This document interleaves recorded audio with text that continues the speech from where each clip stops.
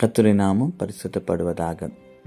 இந்த நாளுக்கான வெளிச்சம் லூக்கா எழுதின சுவிசேஷம் 10ஆம் அதிகாரம் 42ஆம் வசனம்.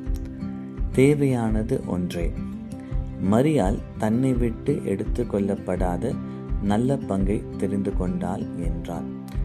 இந்த வசனத்தில் ஆண்டவராக இயேசு கிறிஸ்து மரியாள் மார்த்தாள் வீட்டுக்கு வரும்பொழுது அவர் சொன்ன வார்த்தைகளாய் இருக்கிறது. ஆண்டவராக இயேசு கிறிஸ்து அவர் வீட்டுக்கு வந்த பொழுது மரியாள் இயேசுவின் பாதத்தில் அமர்ந்து இயேசு சொல்லுகிற வார்த்தைகளை கேட்டுக்கொண்டிருக்கிறார். ஆனால் மார்த்தாளை பார்க்கும் பொழுது மார்த்தாள் பற்பல வேலைகளை செய்து கொண்டிருக்கிறார். இப்போ நம்முடைய வாழ்க்கையில கூட பாருங்க, நம்ம ஆண்டவரோடு நேரத்தை செலவழியாமல் பல நேரத்தில் பற்பல வேலைகளை செய்து கொண்டிருக்கிறோம். இங்கே மார்த்தாள் இது தவறான வேலைகளை செய்து கொண்டிருக்க, அங்கே வந்திருந்தவர்களை உபசரித்து கொண்டிருந்தார். இயேசுவோடு கூட வந்த சீஷர்களை கவனித்து கொண்டிருந்தார். ஆனால் இயேசுவின் பாதத்தில் அமர்வதை அவள் மறந்து விட்டாள். நம்முடைய வாழ்க்கையில கூட ஒரு சில நேரங்களில் நாம் ரொம்ப கடினமாய் உழைக்கிறோம்.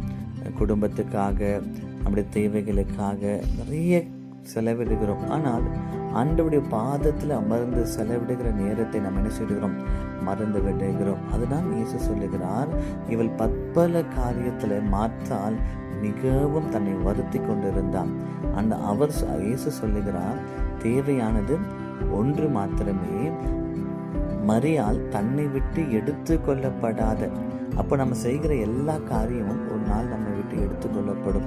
ஒருவேளை நம்முடைய செய்கிற வேலைகளாக இருக்கலாம், நம்முடைய தொழிலாக இருக்கலாம், ஏன் நம் செய்கிற ஊழியம் கூட ஒரு நாள் நம்மை விட்டு எடுத்துக்கொள்ளப்படலாம். ஆனால் நம்மை விட்டு எடுத்துக்கொள்ளப்படாத ஒரே நல்ல பங்கு இயேசு மாத்திரம்தான். இயேசுவின் பாதத்தில் அமர்வது மாத்திரம்தான். இப்போ இந்த காலவெளியில் நாம் எந்த காரியத்தை குறித்து நாம் கவலைப்பட்டு கொண்டிருக்கிறோம்?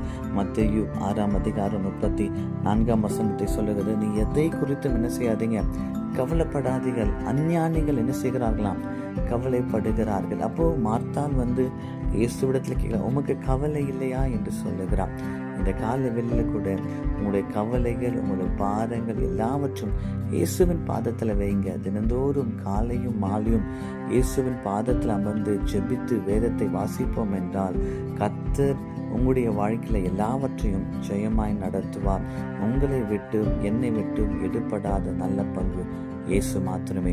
அன்பின் பரலோக பிதாவே, எங்களை விட்டு எடுபடாத நல்ல பங்கியாகிய இயேசு கிறிஸ்துவை என்னுடைய வாழ்க்கையில் தந்தபடியால் உமக்கு நன்றி. ஆளை ஆசீர்வதித்து நடத்துவீராக.